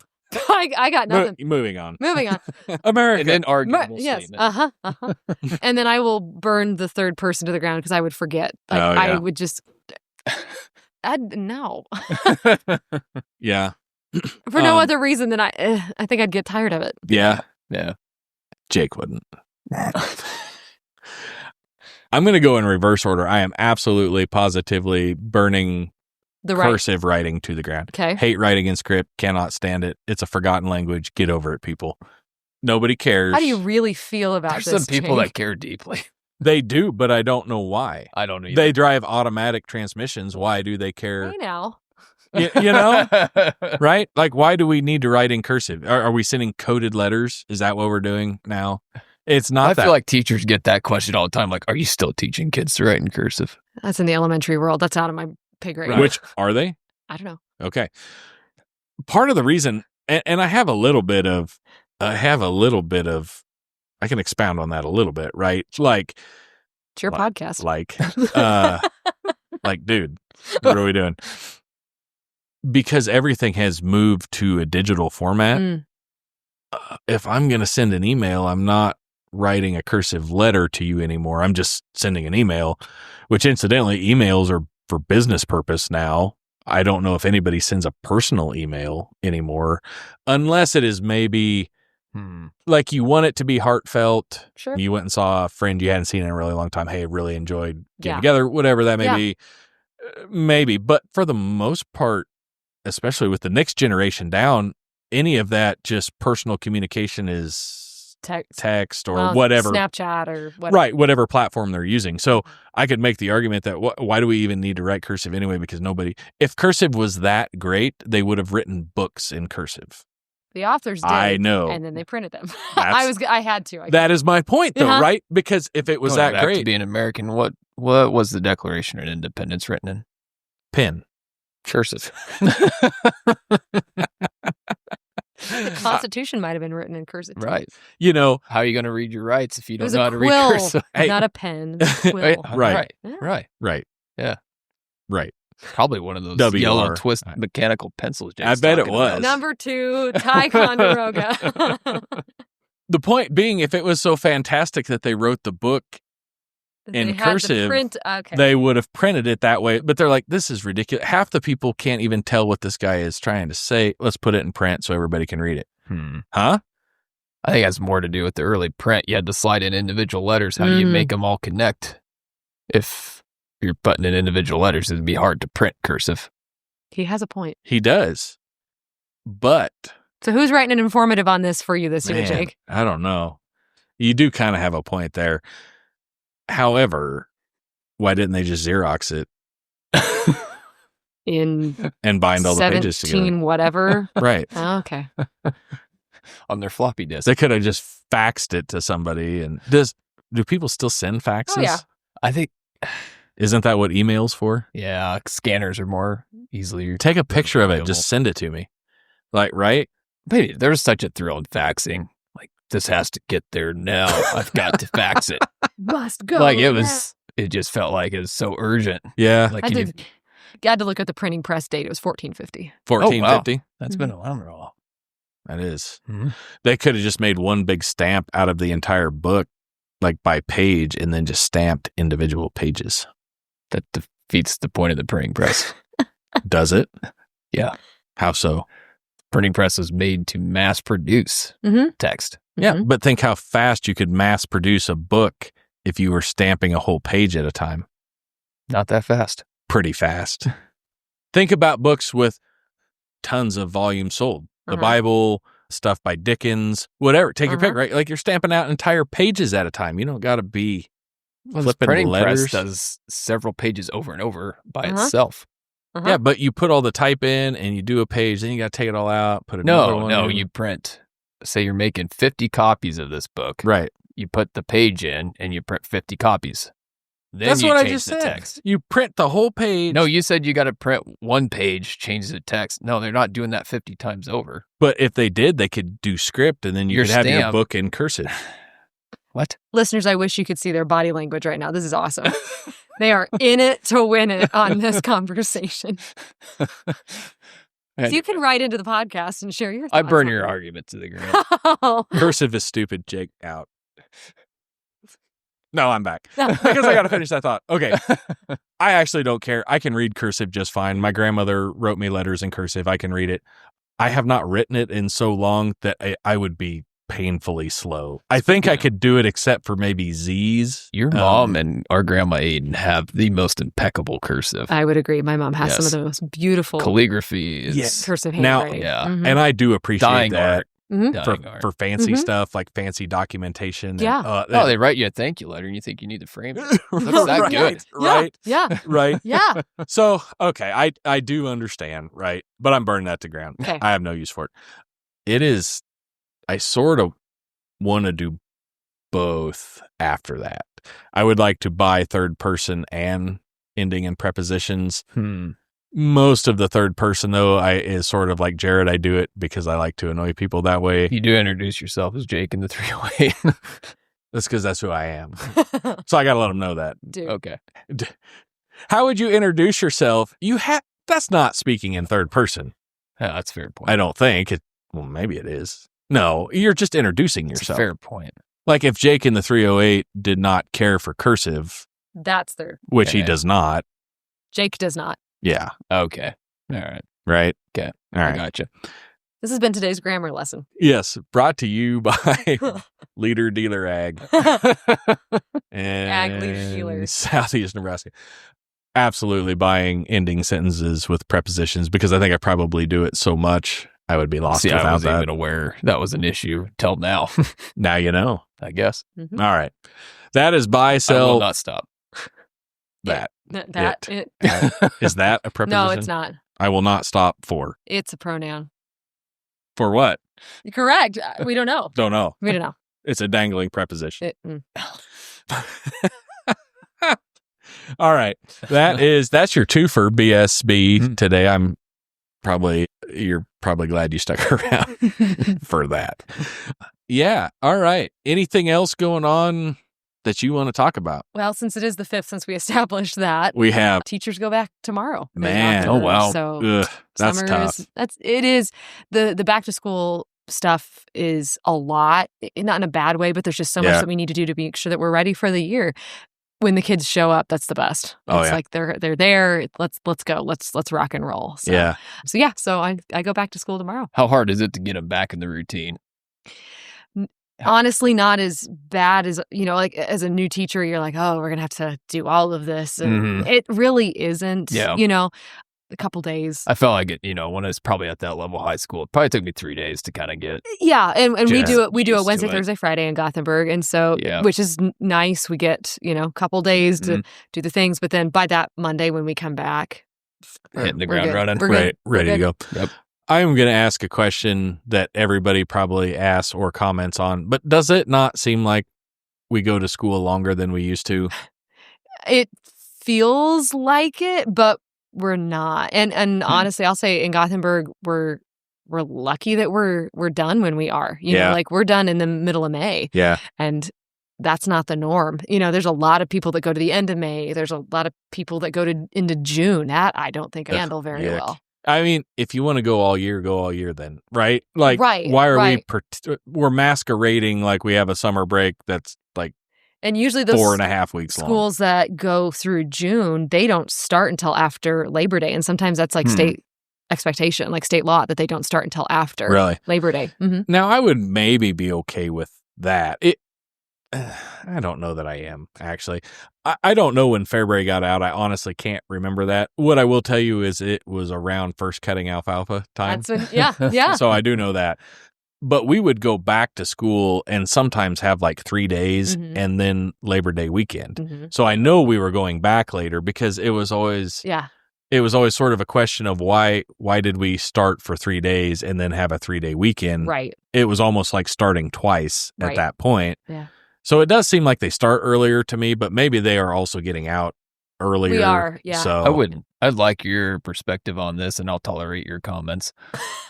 He was looking at Kaitlyn. I was like, he wants my perspective. Oh, Jake.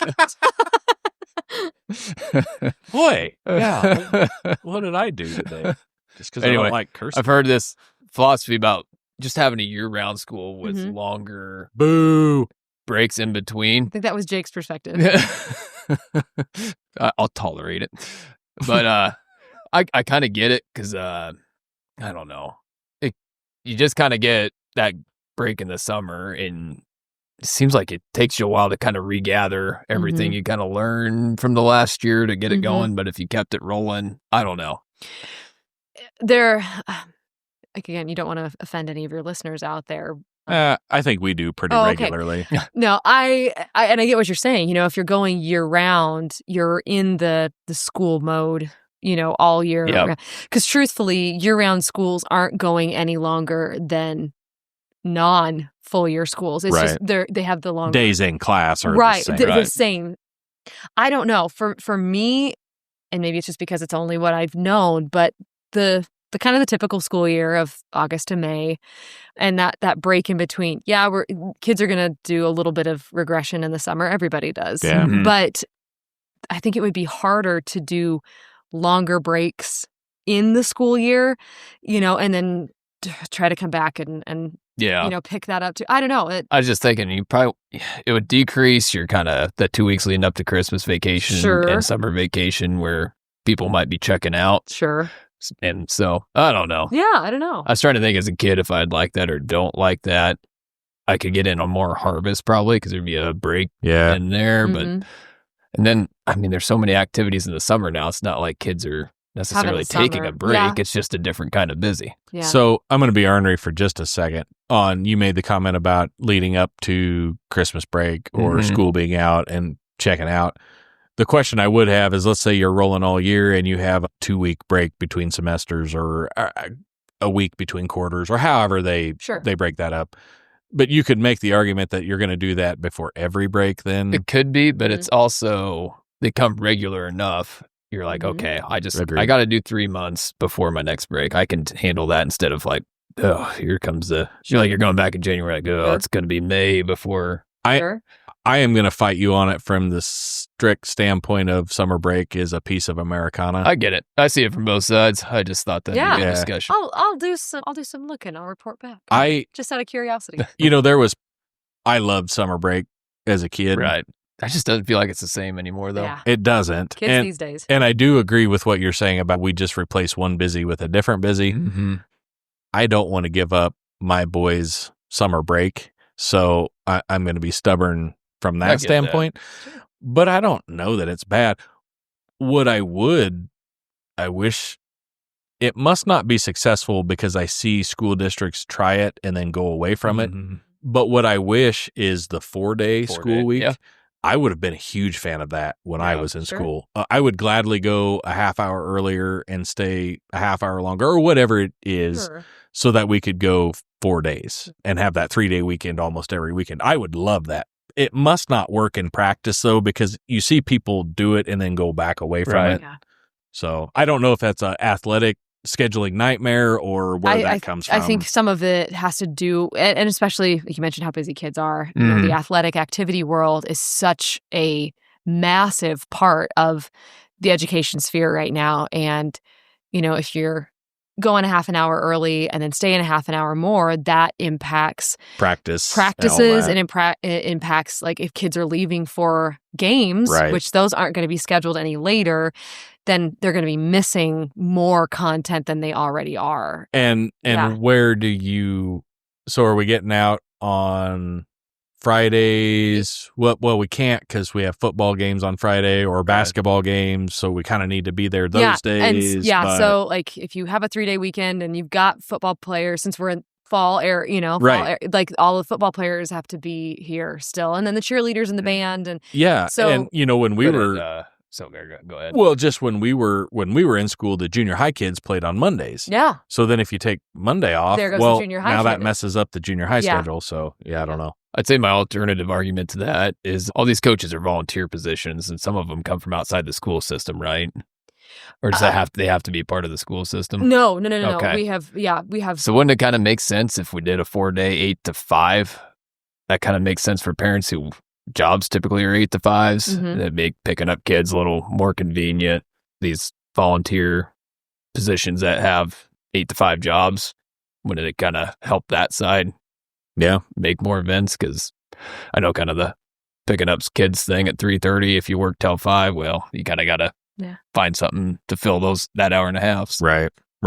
I'll tell you, the kids will burn out faster. I bet you will. It's that 8-hour day. Yeah. For their brains is I don't miss that at all. And I see what you're saying totally on a organizational side of it. with parents and jobs. Like a 4-day 8 to 5. I could see parents trying to get that, but I'll tell you. I bet you're right. 2:30 too long for kids. The bewitching hour happens somewhere between 2:30 and 3 o'clock. Yeah. When the kids are like, I am done for the day, and then you have a half an hour left. So.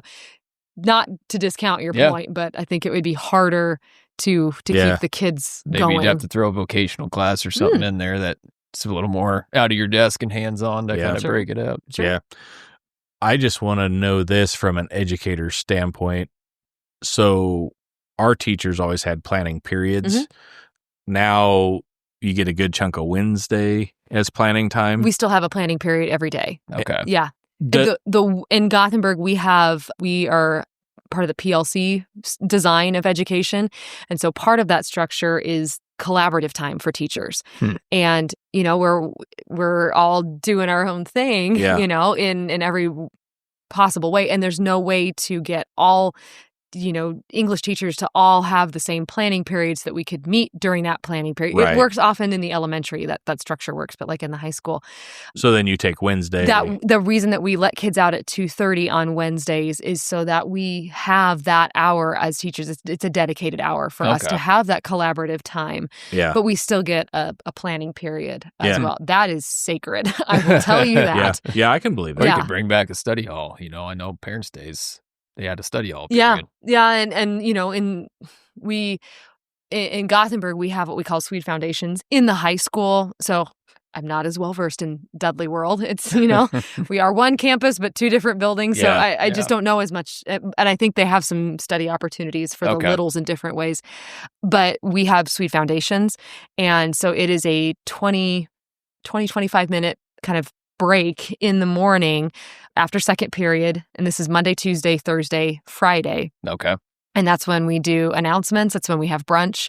And it is there's a homeroom study opportunity. And so then kids can go get help from teachers, or they've got that one Swede Foundations teacher that is their academic person. And so when I think this was a point of confusion for me talking to my boys, because I remember how we did it back in the day. But when we went to class, the very first thing in the morning was homeroom. Mm-hmm. Huh. Do they go to their first academic class? Is that where they start the day now? Are you talking in the junior high school? Yeah. So we do academic is first. So we have what we call access. Yep. Which Tanner will get all accustomed to this year. But access. Well, this is a little bit of fact finding for me, so I know how it works. I love it. So access happens from like 7:45 to 8:05 in the morning, and all teachers are in their classrooms and available to help kids if they need it in the morning. Yep. So then 8:05 the bell rings, and then kids do go to their academic first period. Okay. It's like my first period's world history. Yep. And then we do second period. Then we have Then you have homeroom. Homeroom. Air quotes. Yep. But Swede Foundations is what we call it. And then we jump back into third, fourth, fifth, sixth. So when we were in, it was the same way. 7:45 started access time. Whatever time the bell rang, 8:05 or 8:10 or whatever it was. Sure. We departed, went to homeroom, but access time, like you could still access those teachers during homeroom time. Sure. And then the bell rang at like 8:30 to officially go to your first class. Sure.